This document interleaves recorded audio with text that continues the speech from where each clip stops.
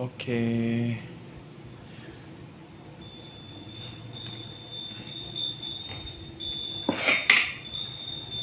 Top 48.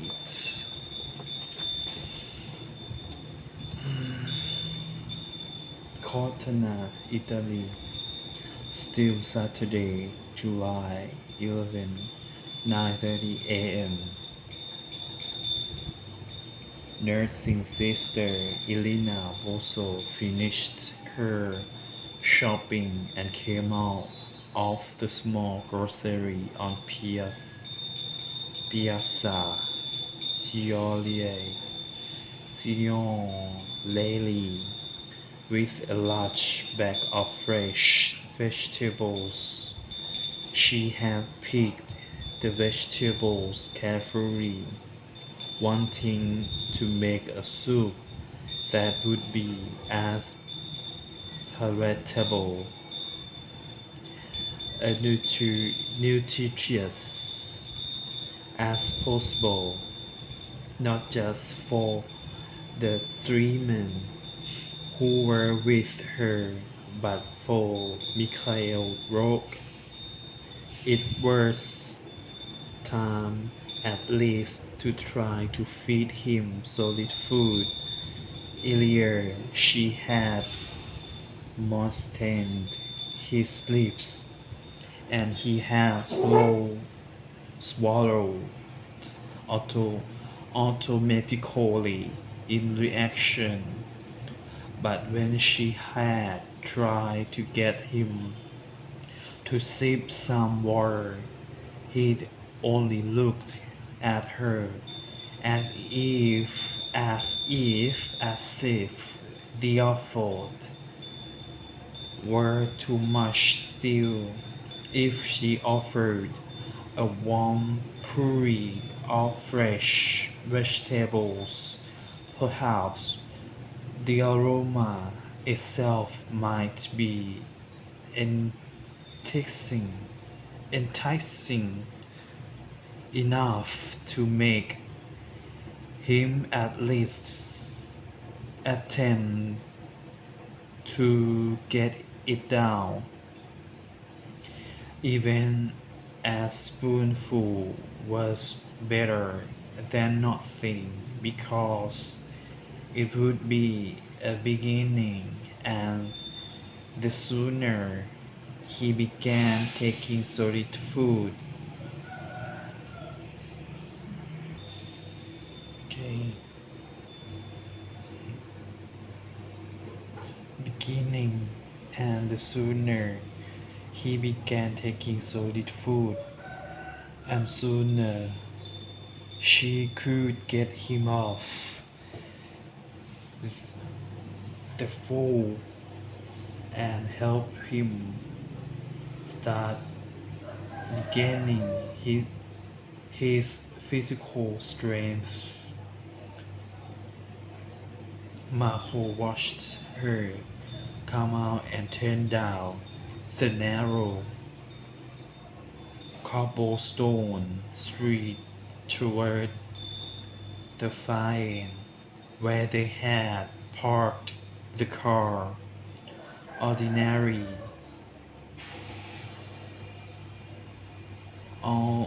ordinarily, he would have walked beside her and carried the bag, but not now, not here today in the bright sunshine, and even thought they would drive off in the same car.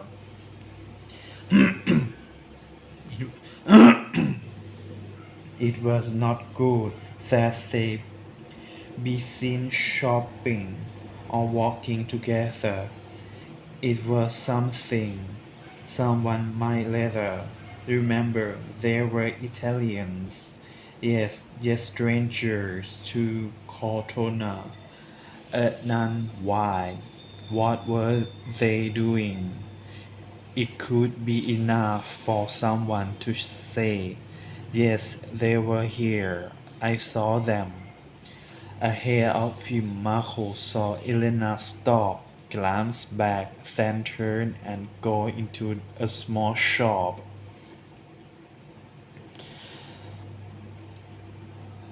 Marco stopped too, wondering what she was doing. To his left, a narrow street dropped steeply downward. Below, he could see the distant plain and the roads leading up from it to the ancient walled city of the Umbrians and Etruscans. Where he now stood, Hortona had been a fortress then, a fortress then, a fortress then. He hoped he would not have to make it one again. Looking back toward the shop, he saw Elena come out, turn her head toward him, and then walk away in the direction of the car. 5 minutes later, she reached a small silver Fiat, the car Pietro had driven when he followed them north from Pescara. A moment later, Marco came on, waited for several pedestrians to pass, then took the bundle from Elena and unlocked the door. "Why did you go into the store?" he asked as they drove off. "I'm not allowed." "Of course. I just wanted prepared." Neither, neither was I, which was why I went in. She lifted a package from the bag in her lap. Sanitary napkins. By 11 o'clock, both soup and puree were simmering on the kitchen stove, and Elena was in the second floor bedroom with Mikhail Rogue. He was in an armchair, a pillow tucked under each arm, sitting upright for the first time. Marco had helped get him out of bed and into the chair, and then had left, anxious to go outside for a cigarette. Above them, Ruka slept in a third floor bedroom. He was the nightman, the same as he had been in the hospital in Pescara, sitting in the van outside from 11 at night until 7 in the morning, coming every 2 hours to help Elena turn her patients, then going back out to wait and watch for what or whom. She wondered again, as she had wondered about the men all along. Okay. From the bedroom, she could see Marco smoking and walking the southern periphery of the yard store atop a stone wall. Below the wall was the road, and up from it, the gate and the driveway leading up To the house across the road was a rush form that went as far as the eye could see into the summer haze. A tractor worked it now, dust rising behind it as it prowled a stretch of open field behind the main house. A bubbly Pietro appeared, crossing between the cypress, the trees, cypress trees in front of the window, and walking toward Marco. His sleeves rolled up, his shirt open again. The growing heat of the day, the gun in his waistband, no longer hidden. Reaching him, he stopped, and the men talked. After a moment, Marco glanced back at the house, as if he knew the two were being watched. Elena turned to look at Mikhail Rourke. "Are you comfortable sitting up?" she asked. He nodded ever so slightly, just a small tip of his head, but it was a definitive response, much more dynamic than his previous bring, blinking in reaction to her squeezing of his thumb or toes. "I've made something for you to eat. Would you like to try and see if you can get it down?" This time there was no response. He merely sat looking at her, then moved his eyes away and to the window. Elena watched him, his head turned as it was against the lights, gave him, despite the the bandages, a profile she hadn't before seen. She hesitated, studying him a moment longer, then went past him and into the nook that was her part of the room. Yes, she had turned into the store for sanitary napkins, but the move had been an excuse. Something else had caught her eye.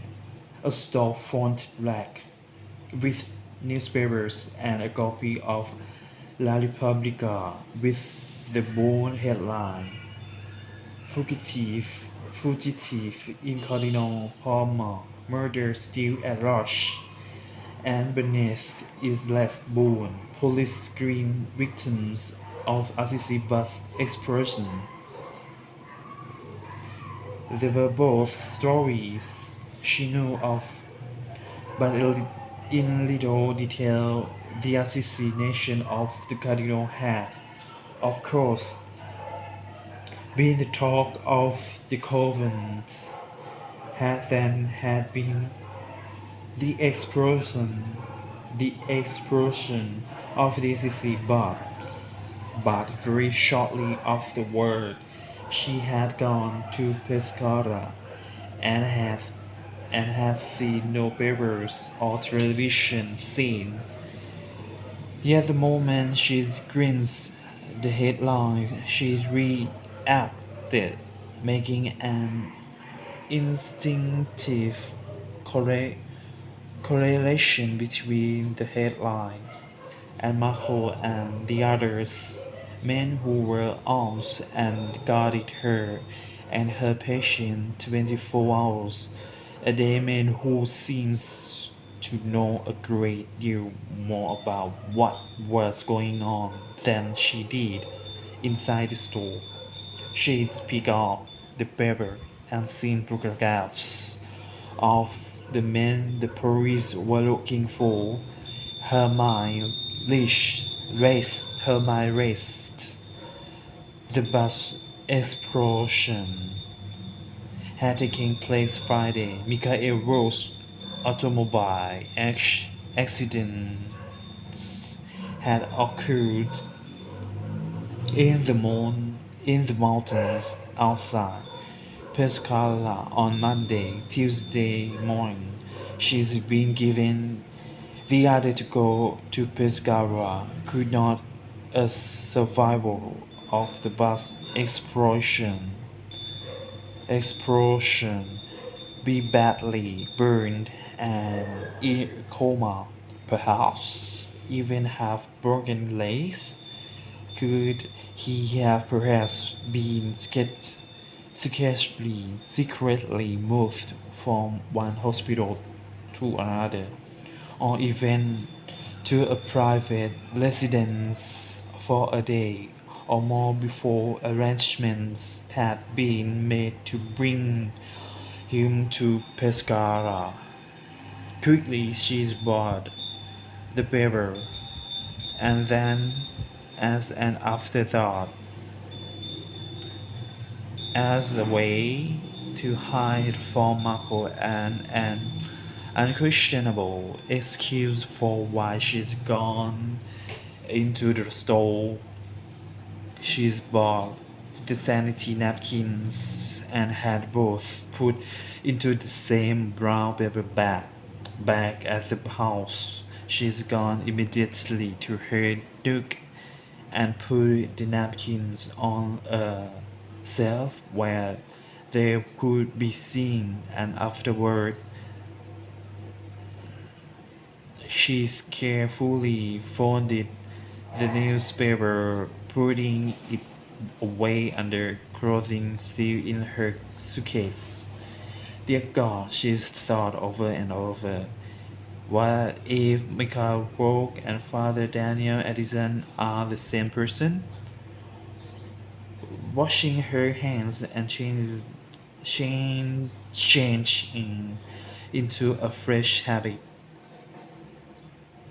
habits.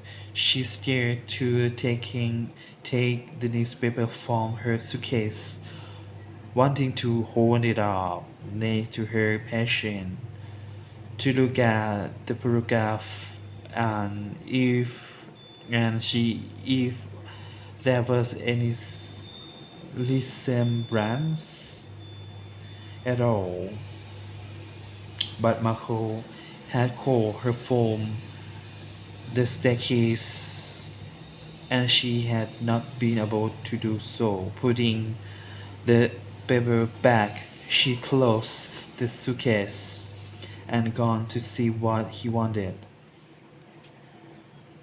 Now Marco and Pietro were outside and Luca was sleeping now. There was Tom. Michael Rourke was still looking out the window, his back to her as she came in, moving closer. She folded the paper back and held it up so that the photograph of Father Daniel Edison was level with her patient. The bandages made it difficult to tell. Moreover, Michael Rose's brain was going wide. The photo of Father Daniel showed a man clean 7 bars, the forehead, the cheekbones, the nose, the veil. Abruptly, Michael Rourke turned his head and looked directly at her. Elena started and jumped back, taking the paper out of sight behind her. As she did for a long moment, she seemed to glare at her, and she was certain he knew what she had been doing. Then slowly his mouth opened. Oh, what?